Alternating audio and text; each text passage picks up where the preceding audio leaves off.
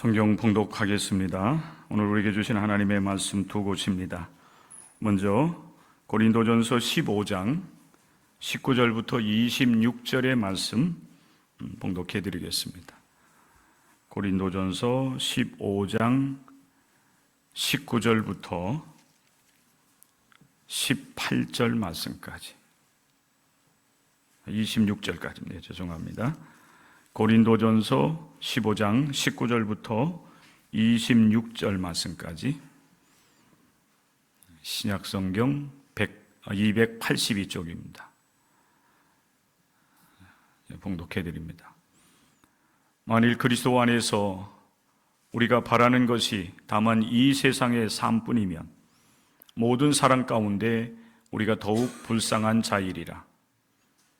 그러나 이제 그리스도께서 죽은 자 가운데서 다시 살아나사 잠자는 자들의 첫 열매가 되셨도다. 사망이 한 사람으로 말미암았으니 죽은 자의 부활도 한 사람으로 말미암는도다. 아담 안에서 모든 사람이 죽은 것 같이 그리스도 안에서 모든 사람이 삶을 얻으리라. 그러나 각각 자기 차례대로 되리니 먼저는 첫 열매인 그리스도요, 다음에는 그가 강림하실 때에 그리스도에게 속한 자요, 그 후에는 마지막이니 그가 모든 통치와 모든 권세와 능력을 멸하시고 나라를 하나님 아버지께 바칠 때라. 그가 모든 원수를 그 발 아래에 둘 때까지 반드시 왕노릇 하시리니 맨 나중에 멸망받을 원수는 사망이니라. 아멘. 요한복음 20장 1절부터 18절의 말씀입니다. 요한복음 20장 1절부터 18절 말씀, 신약성경 182쪽입니다. 요한복음 20장 1절부터 봉독해 드립니다. 안식 후 첫날 일찍이 아직 어두울 때 막달라 마리아가 무덤에 와서 돌이 무덤에서 옮겨진 것을 보고 시몬 베드로와 예수께서 사랑하시던 그 다른 제자에게 달려가서 말하되, 사람들이 주님을 무덤에서 가져다가 어디에 두었는지 우리가 알지 못하겠다 하니, 베드로와 그 다른 제자가 나가서 무덤으로 갈새 둘이 같이 다름질하더니 그 다른 제자가 베드로보다 더 빨리 달려가서 먼저 무덤에 이르러 구부려 세마포 놓인 것을 보았으나 들어가지는 아니하였더니, 시몬 베드로는 따라와서 무덤에 들어가 보니 세마포가 놓였고 또 머리를 쌌던 수건은 세마포와 함께 놓이지 않고 딴 곳에 쌌던 대로 놓여 있더라. 그때에야 무덤에 먼저 갔던 그 다른 제자도 들어가 보고 믿더라. 그들은 성경에 그가 죽은 자 가운데에서 다시 살아나야 하리라 하신 말씀을 아직 알지 못하더라. 이에 두 제자가 자기들의 집으로 돌아가니라. 마리아는 무덤 밖에 서서 울고 섰더니 울면서 구부려 무덤 안을 들여다보니 흰옷 입은 두 천사가 예수의 시체에 뉘었던 곳에 하나는 머리편에 하나는 발편에 앉았더라. 천사들이 이르되, 여자여 어찌하여 우느냐? 이르되, 사람들이 내 주님을 옮겨다가 어디 두었는지 알지 못함이니이다. 이 말을 하고 뒤로 돌이켜 예수께서 계신 것을 보았으나 예수이신 줄은 알지 못하더라. 예수께서 이르시되, 여자여 어찌하여 울며 누구를 찾느냐 하시니, 마리아는 그가 동산지기인 줄 알고 이르되, 주여 당신이 옮겼거든 어디 두었는지 내게 이르소서.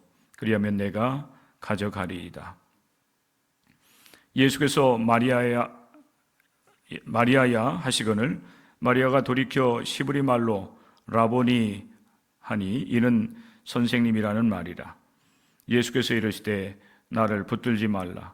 내가 아직 아버지께로 올라가지 아니하였노라. 너는 내 형제들에게 가서 이르되 내가 내 아버지 곧 너의 아버지 내 하나님 곧 너의 하나님께로 올라간다 하라 하시니 막달라 마리아가 가서 제자들에게 내가 주를 보았다 하고 또 주께서 자기에게 이렇게 말씀하셨다 이르니라. 이는 살아계신 하나님의 말씀입니다. 아멘. 모든 것이 잠들어 있는 것 같았고 또 모든 것이 다 죽은 것 같았던 세상이 새롭게 변화되고 있습니다. 지난 겨울은 우리 대한민국에 있어서는 가장 혹독한 그런 겨울이었습니다. 일기도 불순했고 또 겨울이 지나고 봄이 오는가 싶었는데 입춘이 지나고 이제 완연한 그런 봄으로 접어들어야 될 때에 대한민국에 폭설이 내리기도 하고 또 돌풍과 또 갑작스러운 그런 비와 눈이 내리기도 하는 그런 계절을 우리가 지나왔습니다. 얼마 전에는 우리 대한민국 이제 거리마다 이제 벚꽃이 만발해서 온 세상이 밝아지는 듯한 그런 느낌을 받았습니다. 저는 그런 이 세상의 변화를 보면서 이미 예수 그리스도의 부활을 맛보는 시간들을 가질 수가 있었습니다.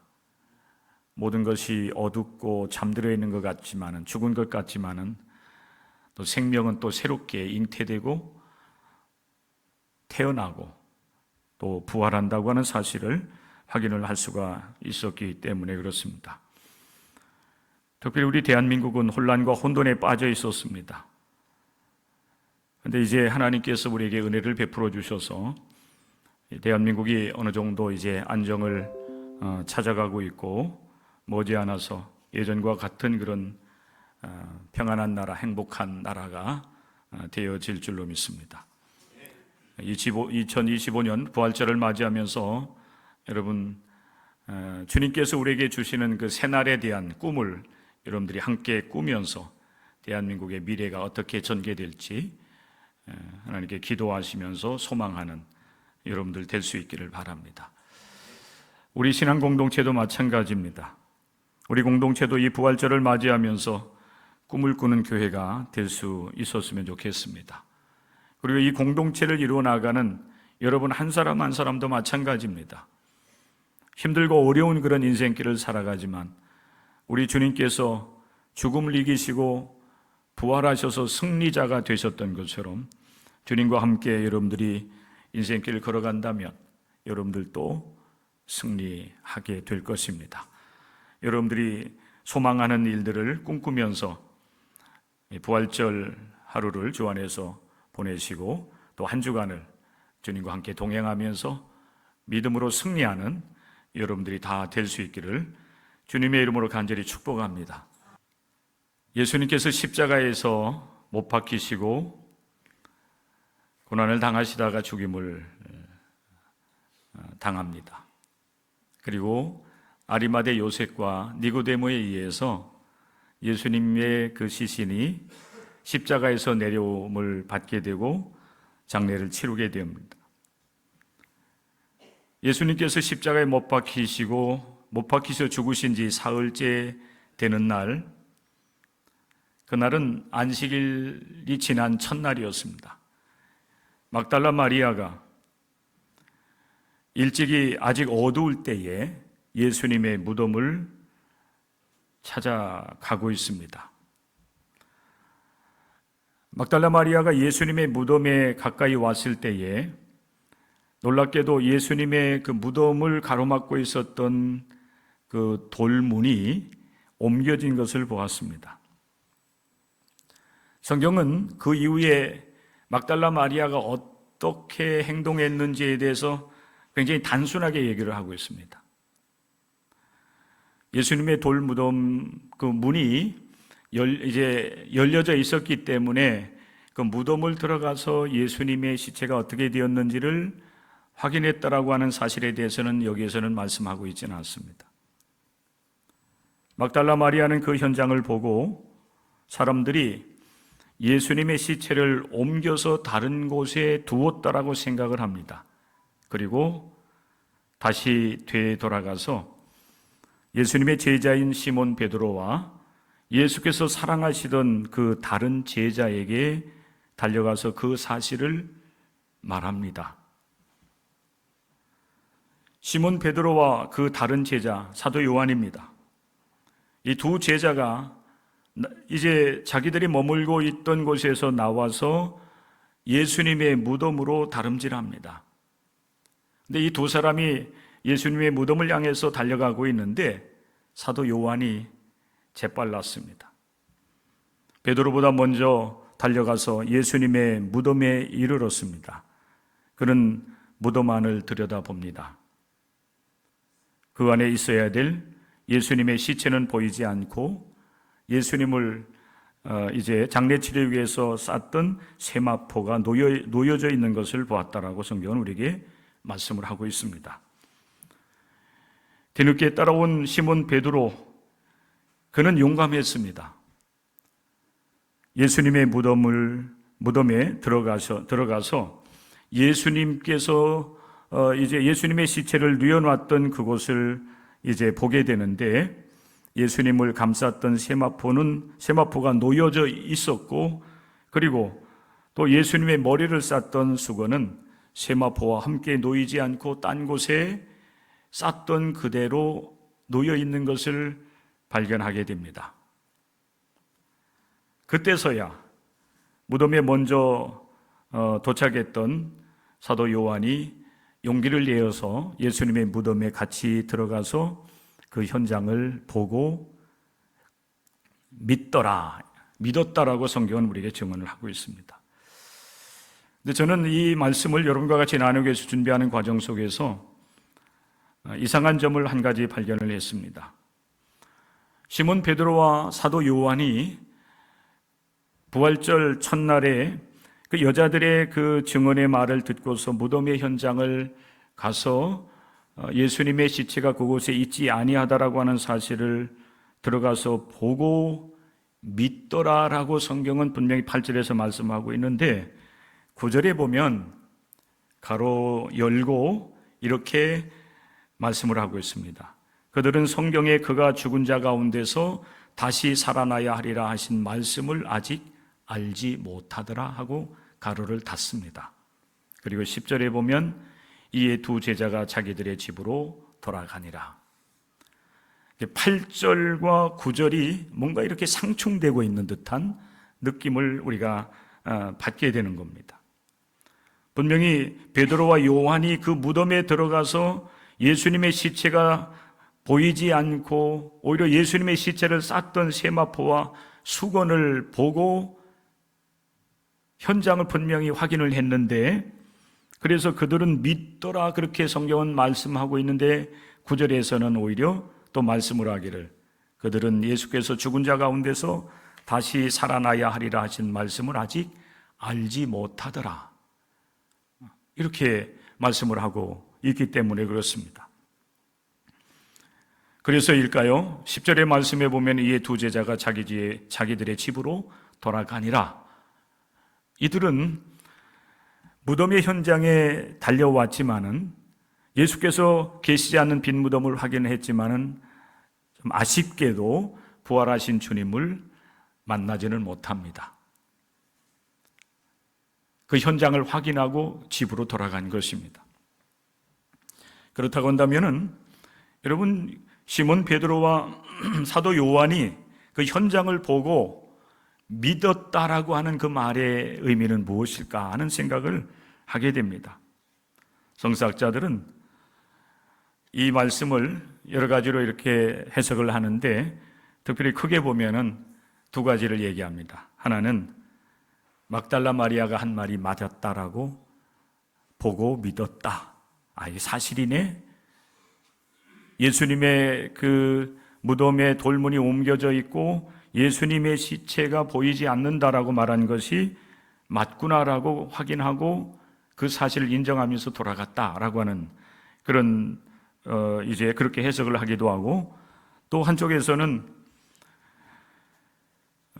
이 뒤늦게 이제 시몬 베드로의 뒤를 쫓아와서 무덤에 들어와서 예수님께서 시체가 놓여 있었던 그 현장을 보고 사도 요한은 믿었다. 이런 말이 된다라고 얘기하고 있습니다. 그게 무슨 말입니까? 여러분, 그렇게 여러분 생각이 될 거예요. 그러니까 사도 요한은 예수님의 시체가 놓여 있었던 그 자리를 보고 확인하면서 예수님께서 다시 살아나셨구나 라고 하는 사실을 믿게 되었다라고 하는 거예요. 그런데 여러분, 여기에도 한 가지 문제가 있다라고 하는 사실입니다. 만약에 정말 사도 요한이 그 현장을 보고 믿었다고 한다면, 예수께서 다시 살아나셨다라고 하는 그 사실을 믿었다라고 한다면 왜 함께 동행했던 시몬 베드로에게 그 사실을 얘기하지 않았을까? 라고 하는 사실과, 그리고 사실 여러분, 이 무덤 밖에는 누가 있었냐면 막달라 마리아가 혼자 서서, 다른 여성들도 있었을 수 있어요. 다른 복음서에 보면. 근데 막달라 마리아는 무덤 밖에 서서 울고 있었습니다. 정말 여러분, 사도 요한이 빈 무덤의 그 현장을 보면서 예수님 다시 살아나셨구나라고 하는 그 믿음을 가졌다라고 한다면은 밖에서 울고 서 있는 막달라 마리아를 위로하면서 마리아여, 너무 슬퍼하지 마세요. 예수님의 시체는 이곳에 보이지 않지만은 그러나 주님께서 말씀하신 대로 아니면 성경에서 예언하신 대로 예수님은 비록 우리의 죄와 허물을 위해서 죽임을 당했지만은 그러나 그분은 사흘 만에 다시 살아나셨습니다. 이렇게 위로했을 것입니다. 그런데 여러분, 성경을 보면은 이런 사실을 우리에게 증언하고 있지는 않습니다. 9절의 말씀과 같이 그들은 성경에 그가 죽은 자 가운데서 다시 살아나야 하리라 하신 말씀을 아직 알지 못했기 때문에 그 현장을 보고서도 부활의 주님을, 예수께서 부활하셨다고 하는 사실을 믿지 못한 가운데 그들은 자기들의 집으로 돌아간 것입니다. 그런데 여러분 보십시오.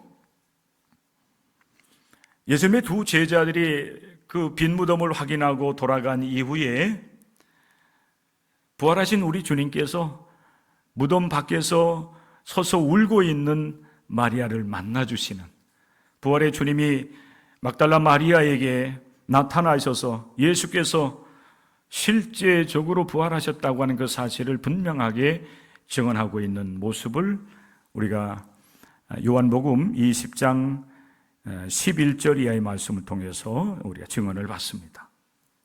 마리아는 무덤 밖에 서서 울고 있더니 울면서 구부려 무덤 안을 들여다보니 그랬어요.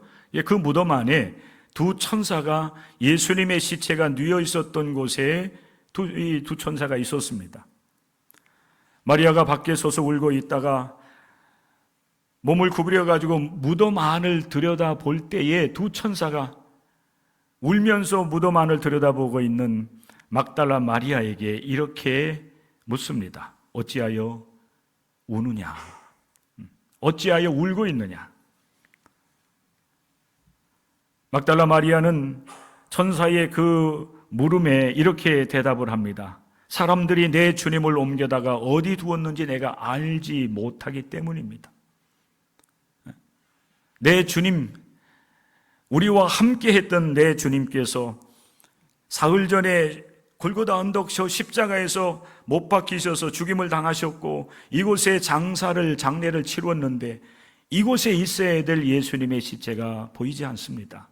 사람들이 돌문을 옮기고 그리고 그 시체를 어디로 가져간 것 같습니다.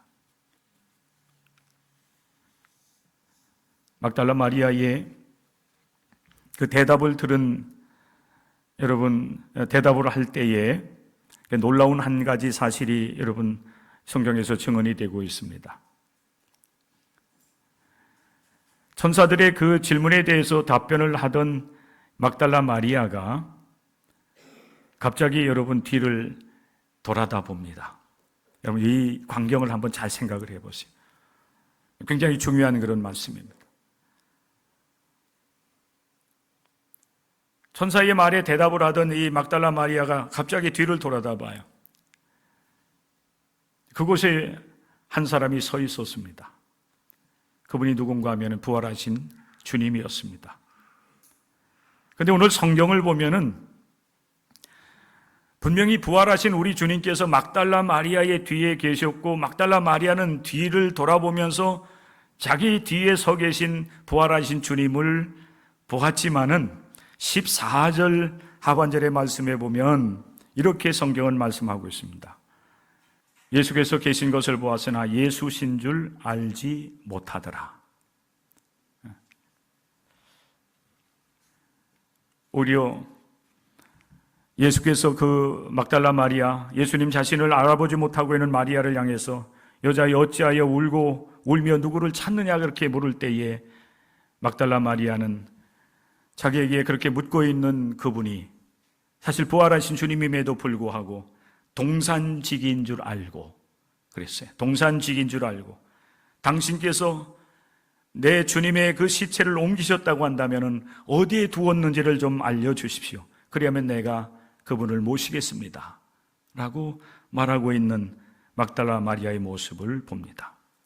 저는 여러분, 부활절 첫 그 예수님의 그 부활의 현장, 무덤의 현장을 찾아갔던 예수님의 두 제자와 그리고 실제적으로 부활하신 주님을 바라보면서도 그분이 부활하신 주님인지를 알지 못하고 있는 막달라 마리아의 모습을 통해서 오늘 이 시대 우리 기독교인들의 모습을 봅니다. 그것은 저의 모습이기도 하고 어찌 보면 여러분 오늘 이 시대에 많은 이 시대의 기독교인들일지도 모르겠습니다. 우리 하나님께서 살아계시고 또 우리 하나님께서 우리를 위해서 육신을 입으시고 이 세상에 오셔서 우리의 죄를 대속하시기 위해서 십자가에서 고난과 죽임을 당하시고 난 이후에 주님 말씀하신 대로 사흘 만에 부활하셔서 우리와 함께 계시고 또 우리 안에 거하시고 있음에도 불구하고 우리 하나님께서, 우리 예수님께서 저 멀리 어느 곳에 있는 것과 같이 우리는 아직도 주님을 여러분 먼 곳에서 찾고 있는, 그러면서 방황하면서 인생을 살아가고 있는 우리 인생들의 모습을 발견하는 것입니다. 어찌 보면 여러분 시몬 베드로와 사도 요한 그리고 부활의 현장에서 주님을 직접적으로 목격하면서도 예수님을 알아보지 못하고 있는 막달라 마리아는 오늘 이 시대의 나의 모습일 수도 있습니다. 또 여러분의 모습일 수도 있습니다. 자신을 알아보지 못하는 막달라 마리아에게 예수님께서 그 사실을 알게 하시죠. 다정하게 알아보지 못하고 있는 마리아를 향해서 이름을 부르십니다. 마리아야. 오늘 부활절 예배로 함께 하는 여러분들, 오늘 이 시간에 우리 주님께서, 부활하신 우리 주님께서 여러분의 이름을 부르시고 또 여러분 속에 부활의 주님 만나는 놀라운 은총을 허락해 주시기를 간절히 소망합니다. 주님께서 여러분의 이름을, 한 사람 한 사람의 이름을 부르실 때 여러분들은 부활하신 주님을 만나는, 그분이 바로 부활하신 주님이신 줄을 믿고 알고 믿을 수 있는 그런 하나님의 은총이 여러분 심령 가운데 임하시기를 주님의 이름으로 간절히 축원합니다. 여러분, 예수님의 그 두 제자와 막달라 마리아가 빈 무덤, 그 예수께서 부활하신 현장을 방문했음에도 불구하고 또 더 나아가서는 부활하신 주님이 그와 함께 있음에도 불구하고 보면서도 알지 못했던 이유가 여러분 어디 있었을까요?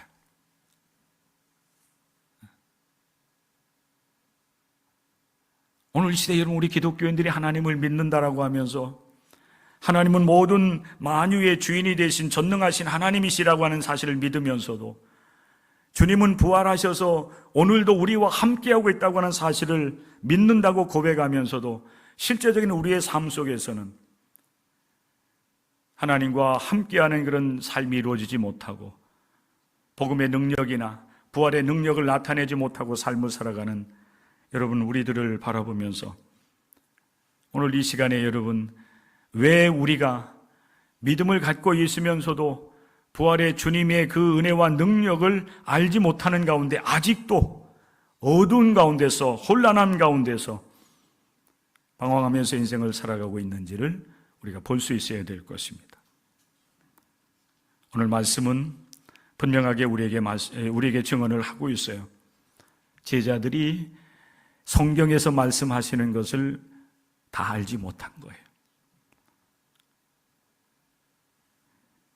시편에서 말씀하신 우리 주님께서 비록 죽임을 당하셨지만은 그 육체가 썩어지지 아니하리라고 말씀하셨던 그 말씀을 이해하지도 못했고, 또 예수님께서 거듭해서 제자들에게 내가 예루살렘에 올라가면 이렇게 고난을 당하고 죽임을 당할 것이지만 그러나 사흘 만에 다시 살아나리라 말씀하신 것을 제자들은 온전히 이해하지 못했고, 그 말씀이 2번, 3번 주어짐에도 불구하고 그들은 예수님의 그 말씀이 예수께서 죽으셨다가 다시 사흘 만에 살아나셔서 우리의 구세주가 되시리라고 하는 사실을 그들은 온전하게 믿음을 갖지 못했던 것입니다.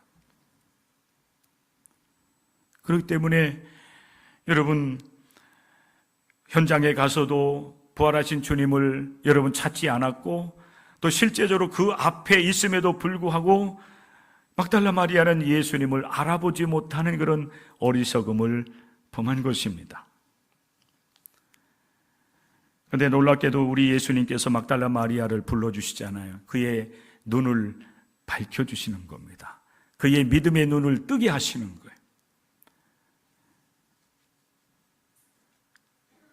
예수님께서 막달라 마리아의 이름을 부르실 때에 비로소 마리아의 눈이 밝아진 것입니다. 그래서 그 뒤에 있는 그 분이 동산지기가 아니라 다시 살아나신, 부활하신 예수님이라고 하는 사실을 알게 되었습니다. 하나님께서, 우리 예수님께서 은혜를 베풀어 주신 거예요. 오늘 여러분 이 예배를 드리면서 오늘 이 자리에 함께하는 여러분 한 사람 한 사람에게 이 은혜가 임하시기를 주님의 이름으로 간절히 축원합니다. 믿음의 눈을 주님께서 떠 주시기를 원합니다. 여러분들은 믿음의 눈을 떠서 지금도 살아계셔서 우리와 함께 하시는 부활의 주님을 여러분들의 마음속에 모셔드리고 주님과 함께 여러분의 인생길을 걸어갈 수 있는 은혜가 임할 수 있기를 주님의 이름으로 간절히 축원합니다. 예수님 다시 살아나셨어요. 이 믿음을 가지시기를 바랍니다. 이 믿음을 가지고 여러분들에게 주어진 인생길을 살아갈 수 있기를 주님의 이름으로 간절히 축복합니다. 부활은 오늘 우리가 부른 찬양과 같이 마귀 권세로부터 승리하는 것입니다. 예수님이 마귀 권세를 짓밟으시고 승리하셨습니다. 예수님은 사망 권세로부터 부활하셨습니다. 예수님께서 사망 권세를 이기시고 다시 살아나셨습니다. 예수님을 십자가에 못 박으라고 내어놨던 불의의 세력들 권세로부터 예수님은 부활하셨습니다. 승리하신 것입니다. 일상의 모든 죄와 허물 우리에게 많지만은 예수 그리스도를 우리가 우리 마음 중심에 나의 구세주를 영접하고 믿음으로 주님과 함께 인생길 걸어간다면 우리들도 우리에게 주어지는, 우리에게 다가오는 모든 시험과 유혹을 이기고 죄와 허물로부터 우리가 승리하는 하나님의 사람들이 될 줄로 믿습니다.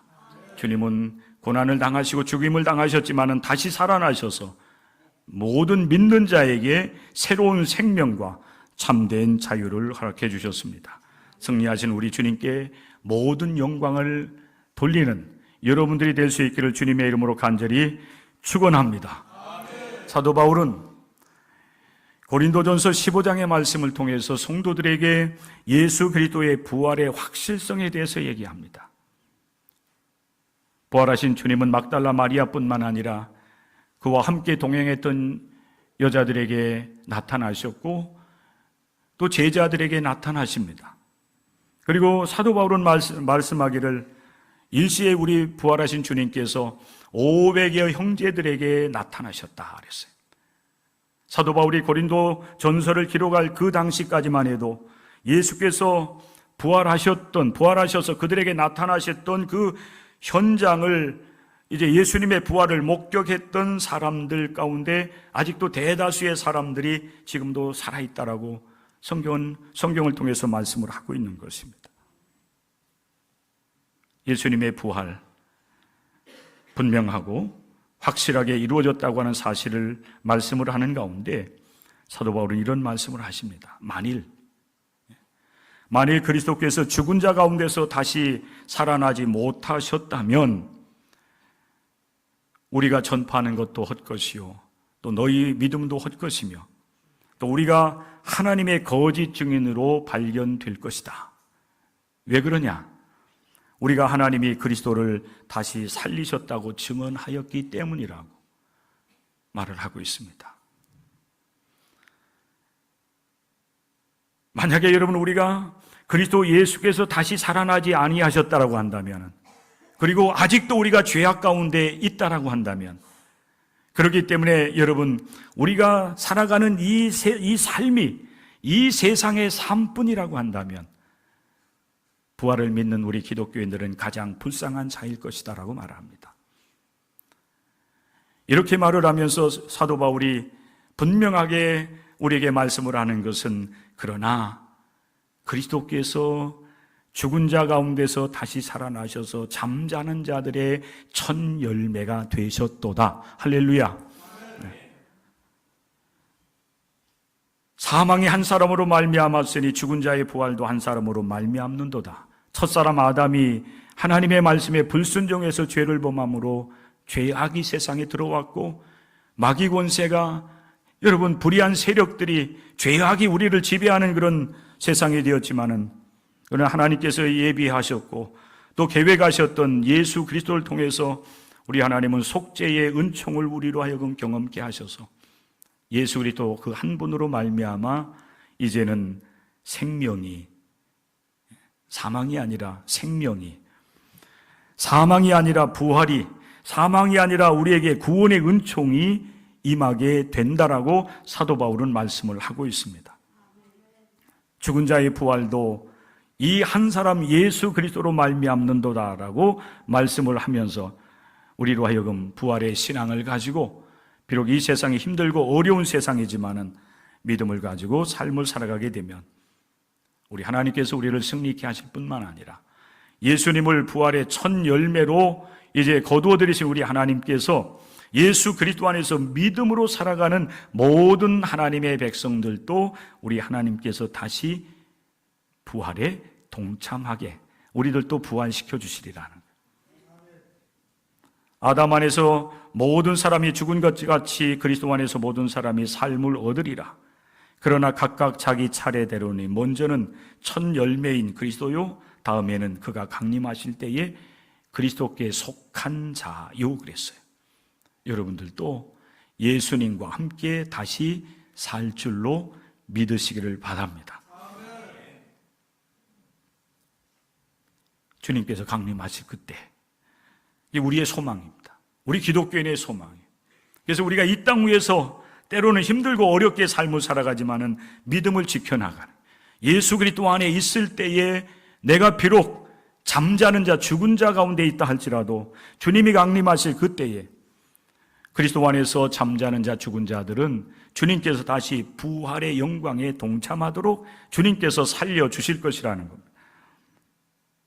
그러므로 여러분, 예수 그리스도의 부활은 곧 우리 믿는 자들의 부활이 되는 것입니다. 예수님께서 부활의 첫 열매가 되셔서 우리에게 부활의 소망을 가질 수 있는 그런 은혜를 베풀어 주셨어요.